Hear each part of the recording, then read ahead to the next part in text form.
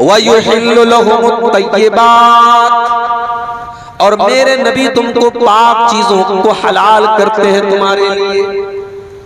वयुहर्रिमु अलैहिमुल खबाइस, और नापाक और गंदी चीजों को तुम्हारे लिए हराम करते हैं।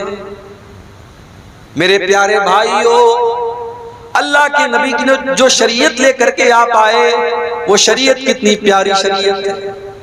हम जितनी हलाल चीजें, हमारे जितने खाने के लायक चीजें वो हम खा सकते हैं, और जितनी हराम चीजें वो हमको नहीं खाना है। जानवर तो बकरा भी है, बकरी भी है, और जानवर कुत्ता भी है। बकरा बकरी हलाल है, कुत्ता हराम है।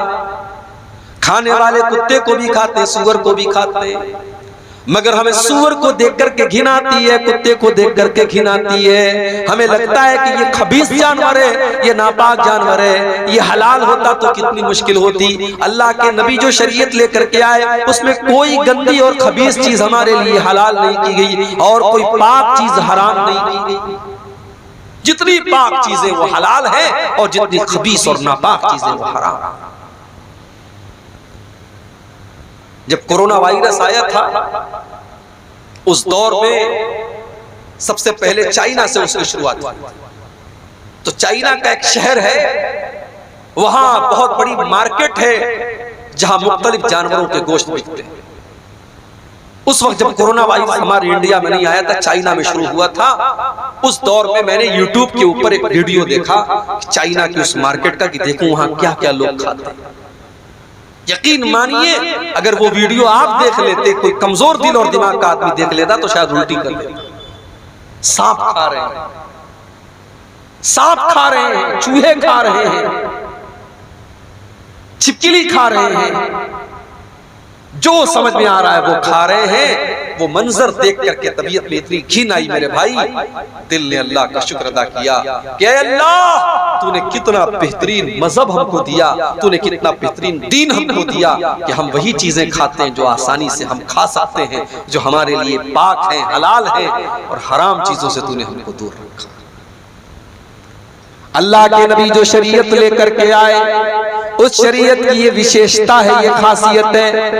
वयुहिल्लु लहुमुत तय्यिबात, हलाल चीजें, पाक चीजें तुम्हारे लिए हलाल की गई, और गंदी और नापाक चीजें हराम की गई। लेकिन अब हलाल और हराम के बीच में एक नया मसला चला है, मकरूह का। सिगरेट क्या है? कुछ लोग कहते हैं मकरूह है। मकरूह है इस्लाम में। मकरूह किसको कहते हैं? मकरूह मुस्तहब का उल्टा है। मिसाल के तौर पे खड़े होकर के पेशाब करना मकरूह है। अगर कोई मजबूरी ना हो तो अच्छी चीज नहीं है, बैठ करके पेशाब कीजिए। हाँ, अगर कोई ऐसी जगह है कि वहां खड़े होकर के ही पेशाब करना है, बैठ करके करेंगे तो कपड़ा और गंदा होने का डर है, तो वहां जायज है। मस्जिद में दाखिल होने के टाइम दाहिना पांव अंदर डालना ये मुस्तहब है। मस्जिद से निकलने के टाइम बायां पांव पहले निकालना मुस्तहब है। अब इसी का उल्टा आप करें तो ये मकरूह है। मकरूह हराम और हलाल के बीच की कोई चीज नहीं है मेरे भाई। सिगरेट का मसला आया है, बीड़ी का मसला आया, तंबाकू का मसला आया। कुछ लोगों ने अपना उल्लू सीधा करने के लिए कह दिया मकरूह है। हमने कहा मकरूह कैसे हो गया? बोले कुरान में कहां लिखा है कि सिगरेट हराम, हदीस में कहां लिखा है सिगरेट हराम है।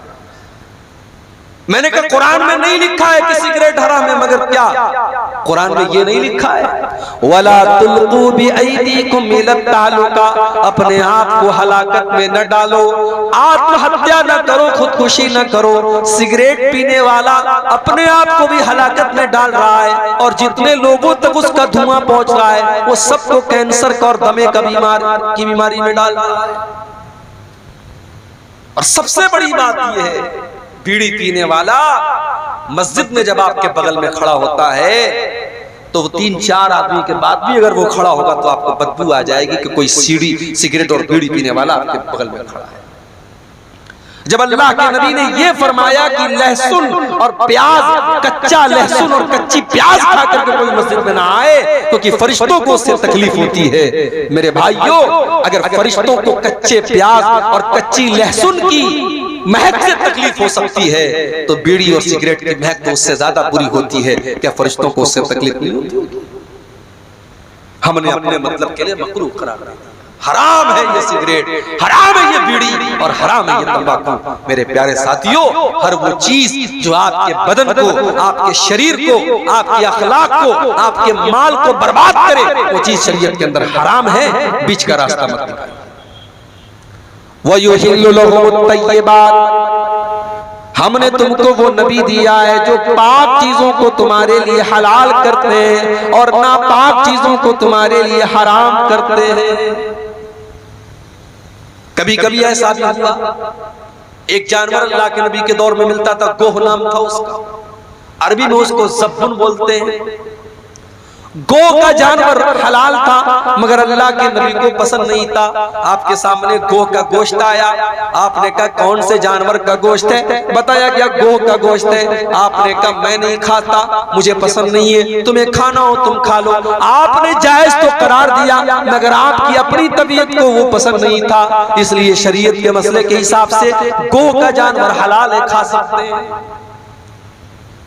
तो शरीयत में तमाम पाकीज़ा चीजें हलाल हैं और तमाम पाकीज़ा चीजें हराम। और आगे बढ़िए, वयज़उ अन्हुम इस्रहुम वल्अग़लाल अल्लती कानत अलैहिम, और मेरे नबी ने उन बोझों को, उन रस्मों रिवाज की उन जंजीरों को तुमसे हटा दिया जो तुम्हारे ऊपर थी। बहुत सारी रस्मों रिवाज थी जिसको अल्लाह के नबी ने खत्म किया। मेरी प्यारी माओ बहनों, कितने कबीले अरब के अंदर ऐसे थे जिनके दरमियान अगर बेटी पैदा हो जाती थी तो वो उसको कलंक मानते थे। बेटी की परवरिश को वो बहुत बड़ा कलंक मानते थे। बेटी पैदा होने के बाद बेटी को अपने हाथों से वो जिंदा जमीन में गाड़ दिया करते थे, दफन कर दिया करते थे। ये रस्म भी उनके दरमियान पाई जाती थी। अल्लाह ने कुरान में नक्शा खींचा, व इज़ा बुशिरा अहदुहुम बिल उन्सा ज़ल्ल वजहुहु मुस्वद्दन व हुवा कज़ीम, जब उनके घर में बेटी की पैदाइश होती है तो बाप का चेहरा काला पड़ जाता है। यतवारा मिनल कौमि मिन सूइ मा बुशिरा बिही, बाप अपना चेहरा अपनी कौम से छुपाता है। अयुमसिकुहु अला हुनिन अम यदुस्सुहु फित तुराब, वो सोच में जाता है कि क्या करूं, अगर बेटी की परवरिश करता हूं तो समाज में जिल्लत और रुसवाई उठानी पड़ेगी, और दूसरा रास्ता यह है कि बेटे को जिंदा जमीन में गाड़ दूं। बेटियों को गाड़ दिया जाता है, ये अलग बात है। साइंस तरक्की कर गई, आज जमाना तरक्की कर गया, इंसान चांद पर पहुंच गया, मगर बेटियों को तो आज भी बोझ माना जाता है। आज भी कई हॉस्पिटल के बाहर किसी कूड़े के ढेर में ये बच्ची आपको नजर आ जाएगी, कहीं ये बच्चियां तवाइफ के अड्डों पर आपको नजर आ जाएगी, कहीं इन बच्चियों को बाजारों में ले जाकर के बेचा जा रहा है, और कहीं तो ये माँ के पेट में ही मार दी जाती है।